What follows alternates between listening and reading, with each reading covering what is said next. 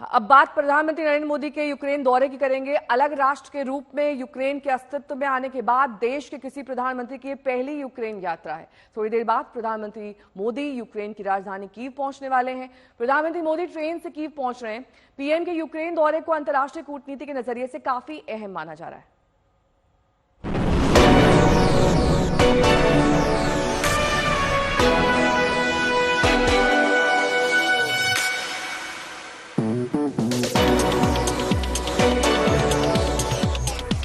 क्या दुनिया अंतर्राष्ट्रीय कूटनीति के नए अध्याय की तरफ बढ़ रही है? करीब 2.5 साल से जारी रूस यूक्रेन जंग का जब दूर दूर तक कोई स्थायी समाधान होता दिखाई नहीं दे रहा है, पीएम मोदी का ये शांति संदेश यूक्रेन के लोगों में नई उम्मीद पैदा कर रहा है। इसलिए भारत इस रीजन में भी स्थायी शांति का एक बड़ा पैरोकार है।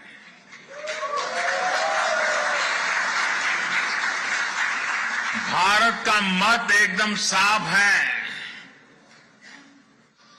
ये युद्ध का युग नहीं है। यूक्रेन पहुंचने से ठीक पहले पीएम मोदी पोलैंड की राजधानी वॉर्सो से शांति का ये संदेश दे रहे थे। जब सारी दुनिया की नजर पीएम मोदी के यूक्रेन दौरे पर है कि क्या सचमुच पीएम मोदी रूस और यूक्रेन के बीच चल रही इस लड़ाई को रुकवा सकते हैं, क्योंकि मोदी अकेले ग्लोबल लीडर हैं जिन्होंने रूस और यूक्रेन के बीच संतुलन साध रखा है, जो रूसी राष्ट्रपति को भी बिना लाग लपेट कह चुके हैं कि ये युद्ध का समय नहीं है। समाधान संभव नहीं होते। बम, बंदूक और गोलियों के बीच समाधान और शांति वार्ताएं सफल नहीं होती हैं, और हमने वार्ता के माध्यम से ही शांति के रास्ते अपनाने होंगे। रूस में पुतिन ने ये बातें तब कही जब प्रधानमंत्री मोदी उनके दुश्मन जेलेंस्की को गले लगाकर मॉस्को पहुंचे थे। 14 जून को इटली में मोदी और जेलेंस्की की मुलाकात हुई। दोनों नेता गले मिले थे। रूस के साथ भारत के रिश्ते में कोई खिंचाव नहीं दिखा। And I'm grateful to you for the attention that you pay to the most pressing, most urgent matters, and you're trying to find ways to resolve the Ukrainian crisis, among other things, obviously in a peaceful way. प्रधानमंत्री मोदी पिछले महीने 8 तारीख को Moscow गए थे, जहां रूस के राष्ट्रपति व्लादिमीर पुतिन को गले लगाने पर पश्चिमी देशों में उनकी कड़ी आलोचना हुई थी। अब उसके 1.5 महीने बाद कीव की बारी है। प्रधानमंत्री नरेंद्र मोदी संभवतः विश्व में वो इकलौते ऐसे नेता हैं जो मॉस्को में राष्ट्रपति पुतिन के साथ बैठकर उनको ये कह सके कि ये युद्ध का समय नहीं है। अगर बच्चों की भी युद्ध में या आतंक में मृत्यु होती है तो इससे बहुत पीड़ा होती है, और इसके लिए प्रधानमंत्री नरेंद्र मोदी की विश्व भर में सराहना भी होती है। और इसीलिए इस समय न केवल यूक्रेन में या रूस में या यूरोप में, पूरे विश्व में प्रधानमंत्री नरेंद्र मोदी की यूक्रेन यात्रा पर पूरे विश्व की निगाहें टिकी हुई हैं, क्योंकि एक उम्मीद इस समय है, धुंधली ही सही लेकिन उम्मीद की वो किरण है कि संभवतः इसके बाद शांति की एक पहल शुरू होगी। यूक्रेन युद्ध के शांतिपूर्ण समाधान के लिए दुनिया हिंदुस्तान को सबसे भरोसेमंद मानती है।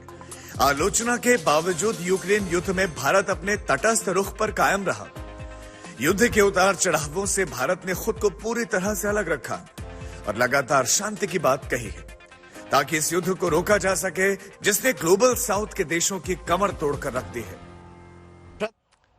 गौरव सावंत मेरे सहयोगी सीधे यूक्रेन से हमारे साथ जुड़ गए हैं तमाम जानकारी के साथ। गौरव, आज क्या कार्यक्रम रहने वाला है? प्रधानमंत्री नरेंद्र मोदी अब से कुछ ही देर बाद यूक्रेन पहुंचेंगे और आपने वो रिपोर्ट भी दिखाई थी कि एक बेहद खास ट्रेन के जरिए वो पहुंच रहे हैं और ये काफी सुरक्षा के लिहाज से अहम है।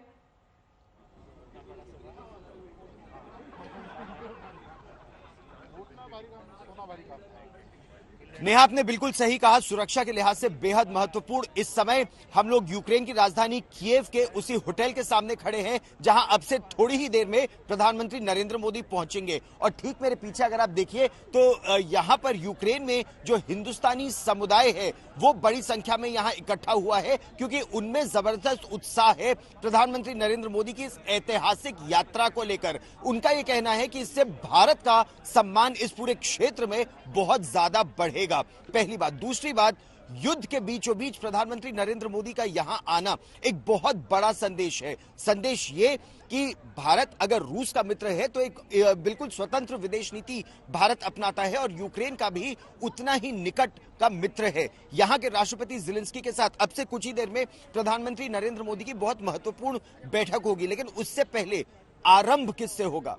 प्रधानमंत्री नरेंद्र मोदी यहां पर शिवचेंको पार्क जाएंगे और वहां पर महात्मा गांधी की प्रतिमा पर माल्यार्पण करेंगे और महात्मा गांधी का सत्य और अहिंसा दोनों का जो संदेश है वो इस समय इस पूरे क्षेत्र के लिए बहुत महत्वपूर्ण है। साथ ही साथ केवल भारत के प्रधानमंत्री के रूप में ही नहीं बल्कि G20 के बाद हमने देखा है किस तरह से भारत ग्लोबल साउथ या फिर विकासशील देशों का प्रतिनिधित्व कर रहा है। इस रूस यूक्रेन युद्ध की वजह से ग्लोबल साउथ के देशों को, जैसा आप भली भांति जाती हैं, ना उन्हें ईंधन मिल पा रहा है, ना उन्हें अनाज मिल पा रहा है सही ढंग से, और ना ही उन्हें तेल मिल पा रहा है। और इन सब इस युद्ध की वजह से कीमतें हर चीज की बहुत ज्यादा बढ़ रही है। शुक्रिया गौरव, इस तमाम जानकारी के लिए आपका, और नजर बनाए रखिए, तमाम अपडेट्स आपसे लेते रहेंगे प्रधानमंत्री के इस यूक्रेन दौरे को लेकर।